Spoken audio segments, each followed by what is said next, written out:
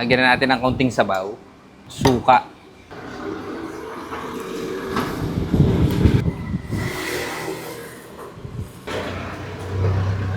Hello mga kasakol, for today's episode, nag-crave ako sa Pansit Batil Patong. Kaya naman pinuntahan ko itong Cagayan's Best Pansit Batil Patong na inyong matatagpuan sa 1640 G. Tuasono Street, Sampaloc, Manila. Bukas sila ng alas 9 ng umaga hanggang alas 10 ng gabi. Sa lahat ng kinain ko na Pansit Batil Patong, ito na yata ang pinakamaraming nakalagay. Kumbaga, overload talaga. Dahil bukod sa pansit at saka mga gulay, meron itong lumpiang Shanghai, lechong kawali, at longganisa. Kaya naman masasabi ko na overload talaga. Ang malupit pa rito mga kasakol, lahat ng ginagamit talaga nila is nanggagaling pa ng Tugigaraw. Pamula sa mga toyo, suka, of course yung kanilang pansit, at pati kusinero ay inimport nila from Tugigaraw, Cagayan.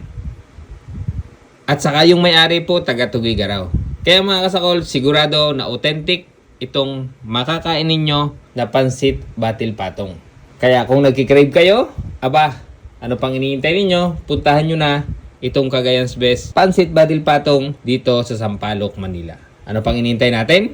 Tara, simulan natin ang sakulan. So mga kasakol, nandito nga tayo sa Cagayan's Best Pansit Batil Patong. Ito ay dito sa Sampaloc branch. Ang in-order ko is itong kanilang, ito siguro yung pinaka-overload.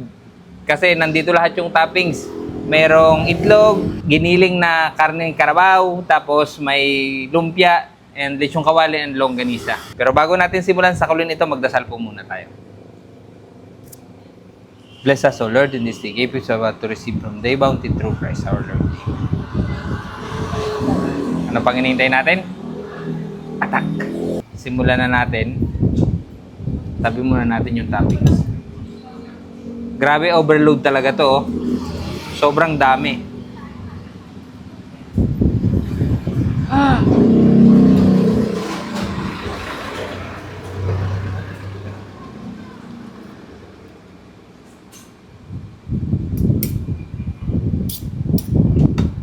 Lagyan na natin ng konting sabaw.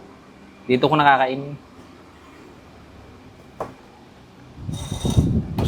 Suka.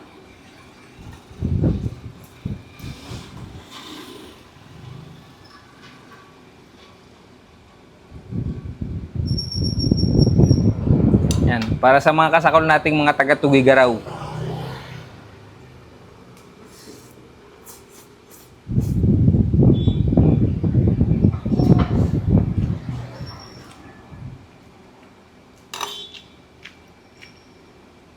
Masarap nga.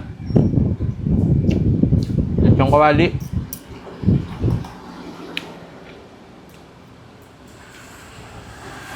Ano ako din toyo.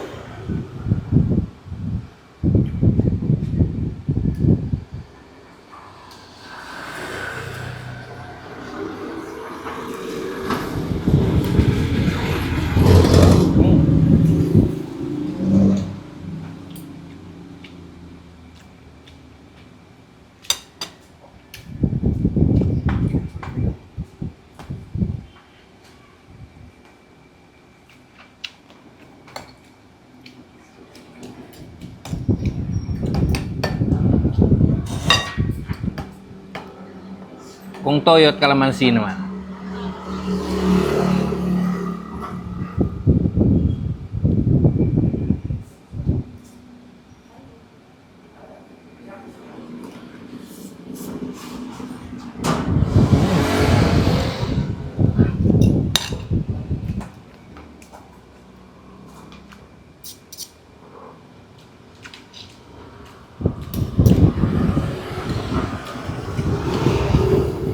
Parang mas gusto ko yung suka.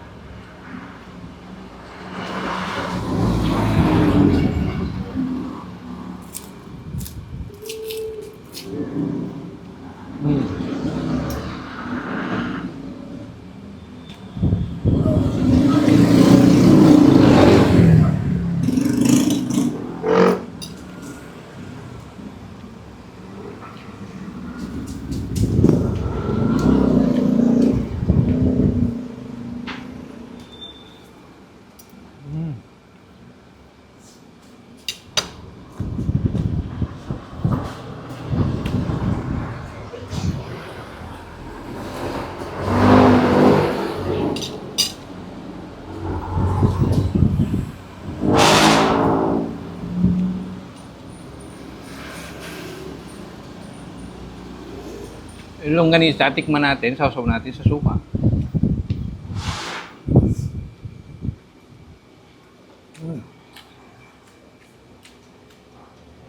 Sarap.